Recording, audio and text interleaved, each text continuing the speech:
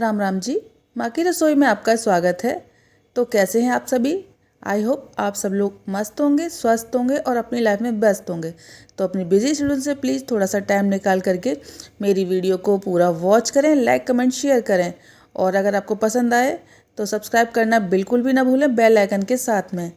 तो फ्रेंड, जैसा कि आप जानते ही हैं कि आज है गोवर्धन और हम सब लोग करते हैं आज गोवर्धन की पूजा। तो इसके लिए कई जगह पर तो अन्नकूट की सब्जी बनाई जाती है और कई जगह पर कढ़ी चावल बनता है। तो मेरे मायके में अन्नकूट की सब्जी बनती है जिसकी मैं रेसिपी पहले शेयर कर चुकी हूँ और मेरे ससुराल में कढ़ी और चावल बनता है इसके लिए। तो आज मैं वही रेसिपी शेयर करने जा रही हूँ और ये कढ़ी मैं थोड़ी अलग तरह से बना रही हूँ। ये थोड़ी हेल्दी होने के साथ साथ टेस्टी भी है क्योंकि पकौड़ों में मैं यहाँ पर पालक का यूज़ कर रही हूँ जिससे हमें आयरन भी भरपूर मात्रा में मिलेगा इस कढ़ी में। तो आप इसको ज़रूर से देखें ये कढ़ी मैं कैसे बना रही हूँ। तो फ्रेंड्स, आप जानते ही होंगे कि हम गोवर्धन पूजा क्यों करते हैं। अगर किसी को नहीं पता है तो चलिए मैं बता देती हूँ। ये गोवर्धन पूजा करने का हमारा महत्व ये है कि एक कथा के अनुसार अगर हम देखें तो भगवान श्री कृष्ण ने ब्रजवासियों और जानवरों को द्वापर युग में इंद्रदेव के प्रकोप से बचाने के लिए छोटी वाली उंगली पर गोवर्धन पर्वत को उठा लिया था।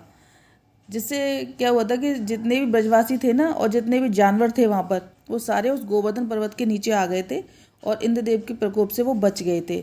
इंद्रदेव एक बार बहुत ज़्यादा गुस्सा हो गए थे कि उनकी कोई पूजा नहीं करता है क्योंकि वहाँ पर स्वयं भगवान विराजमान थे ब्रज में, तो उनको क्या ही ज़रूरत थी किसी की पूजा करने की।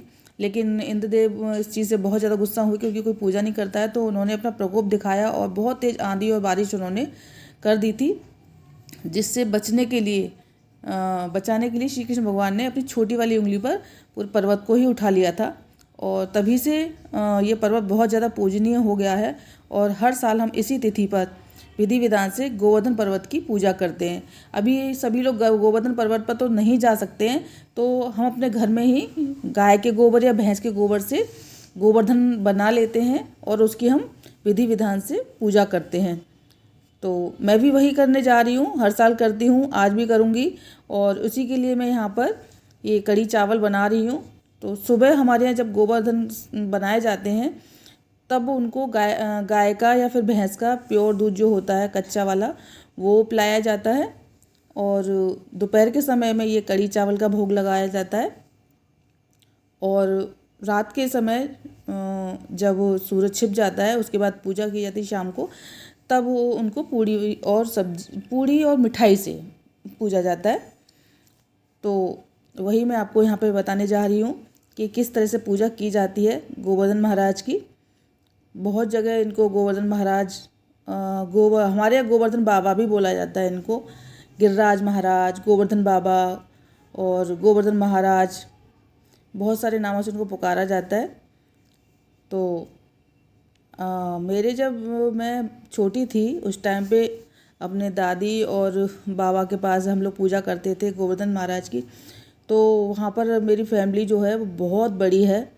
7 मेरे ताऊ और चाचा जी हैं, फिर उनकी वाइफ, उनके बच्चे, ऐसे बहुत बड़ी फैमिली है हमारी। तो जब बाबा और दादी थे हमारे तब हम सब लोग मिलके ही पूजा करते थे गोवर्धन महाराज की।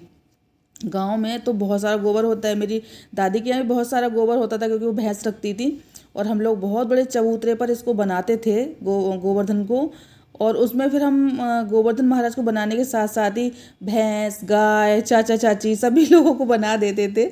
इतना अच्छा लगता था उस टाइम पर, सब लोग इकट्ठे होकर पूजा करते थे। आजकल तो आदमी की उम्र तो कोई फैमिली का महत्व ही नहीं समझता है कि फैमिली क्या होती है, सभी सेपरेट ही रहना चाहते हैं। तो उस टाइम पे तो हम लोग बहुत ज़्यादा एंजॉय करते थे, सभी पूजा करते थे मिलके गोवर्धन महाराज की रात में। और बस पूरा मतलब गोवर्धन की परिक्रमा लगाते तो लगता था कि हाँ कुछ हो रहा है, कुछ पूजा हो रही। जयकारे जब गूंजते थे ना गोवर्धन महाराज के तब मालूम पड़ता था कि हाँ भाई पूजा हो रही है। और सभी के गांव में ऐसे ही होता था, सभी की फैमिली ऐसे ही इकट्ठा करके पूजा करते थे और सभी बहुत ज़्यादा एंजॉय करते थे। हम लोग भी बहुत एंजॉय करते थे। और मेरे चाचा का तो ज़रूर से क्या करते थे, हमेशा गाँव में क्या होता है कि वहाँ पर लिपाई और पुताई ज़रूर होती है दिवाली पर, जैसे सिटी में नहीं होती है एवरी ईयर, लेकिन वहाँ पे होती है गाँव में। तो मेरे बाबा भी कराते थे, और मेरे चाचा हमेशा गोवर्धन के बीच में एक बॉम्ब रखते थे और उसको चला देते थे, और पूरे घर में गोबर ही गोबर हो जाता। फिर बाबा चिल्लाते बहुत थे चाचा पे, इतनी हंसी आती थी, बहुत एंजॉय करते थे सब लोग। तो फ्रेंड्स, अगर आपको भी मेरी स्टोरी थोड़ी सी भी पसंद आए तो प्लीज़ लाइक ज़रूर करें और चैनल को सब्सक्राइब भी करें। अब देखिए यहाँ पर हमने पकोड़े तैयार कर लिए हैं, और ये पकोड़े तो इतने ज़्यादा टेस्टी बनते हैं ना, आप इनको चाय के साथ भी एंजॉय कर सकते हैं स्नैक्स के रूप में। तो मैं भी वही करने वाली हूँ, थोड़े से डालूँगी मैं कढ़ी में और थोड़े से निकाल के रखूँगी मैं चाय के साथ एंजॉय करने के लिए। और इस कढ़ी में थोड़ा सा ये हरी मिर्ची का और अदरक का अगर आप पेस्ट डाल देना कूट के, तो इसका अलग ही टेस्ट आता है, बहुत ही स्वादिष्ट बनती है इससे कढ़ी।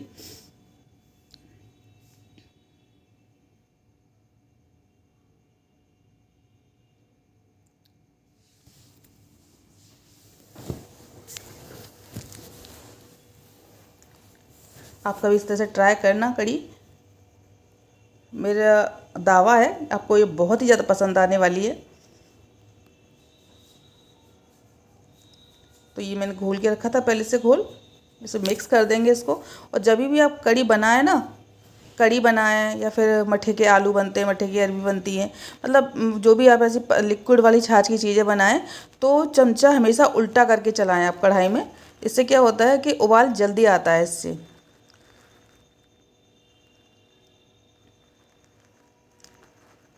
ये देखिए कंसिस्टेंसी इस तरह की रहनी चाहिए, बहुत पतला नहीं करना है, बहुत ज़्यादा गाढ़ा भी नहीं करना है।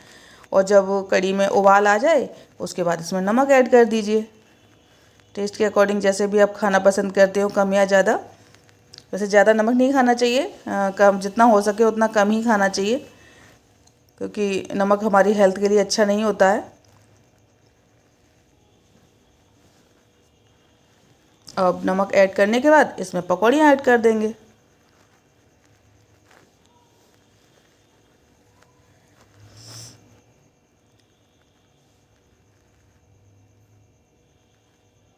फेस्टिवल्स का भी अपना एक महत्व होता है, और हर किसी की लाइफ में मेमोरीज होती हैं, हर चीज़ से जुड़ी हुई मेमोरीज होती हैं। जैसे मेरे साथ भी जुड़ी हुई थी तो मैंने शेयर की है आपके साथ में। अगर आप लोगों के साथ भी कोई भी मेमोरी इस फेस्टिवल से जुड़ी हो तो मेरे साथ ज़रूर शेयर करें कमेंट करके इनबॉक्स में, तो मुझे पता चल सके कि हाँ आपके साथ भी कुछ ना कुछ मेमोरीज ऐसी जुड़ी हुई हैं। ये देखिए पकौड़ियाँ डाल दी और थोड़ी सी मैंने बचा के रखी हैं इसमें से। अब हम इसमें लगाएंगे तड़का। तड़के के बिना तो रेडी हो ही नहीं सकती कढ़ी। तो मैंने इसमें पकौड़े सेके थे, तब उसके बाद थोड़ा सा तेल इसमें से निकाल दिया था मैंने, तेल उसमें ज़्यादा था इसलिए उसी तेल का मैं यूज़ यहाँ तड़के में कर रही हूँ।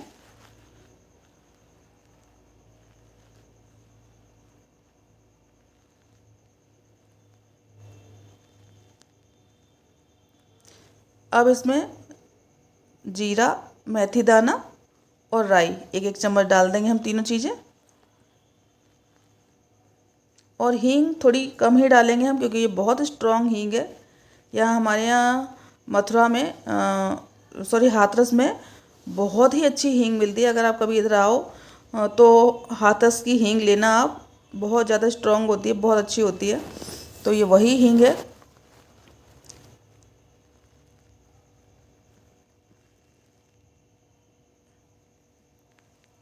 करी पत्ता, गैस को ऑफ करके हम इसमें लाल मिर्ची का पाउडर डालेंगे।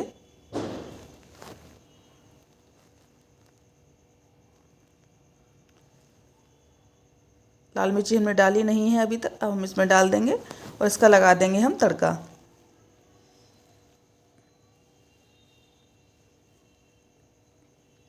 अब कढ़ी हमारी रेडी हो चुकी है, चावल भी रेडी हो चुके हैं।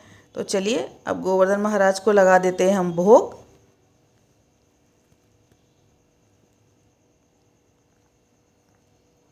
तो सबसे पहले हम गोवर्धन बाबा को ही लगाएंगे भोग।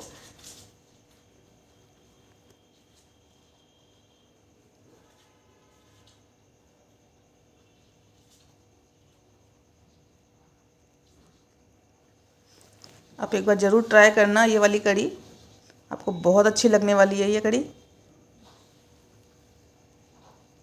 थोड़ा सा मट्ठा ना खट्टा ही हो तभी ज़्यादा अच्छी लगती है, इस बात का ध्यान रखना। बहुत ज़्यादा खट्टा नहीं होना चाहिए और बहुत कम भी खट्टा नहीं होना चाहिए, थोड़ा खट्टा हो तभी टेस्ट आता है इसमें कढ़ी का।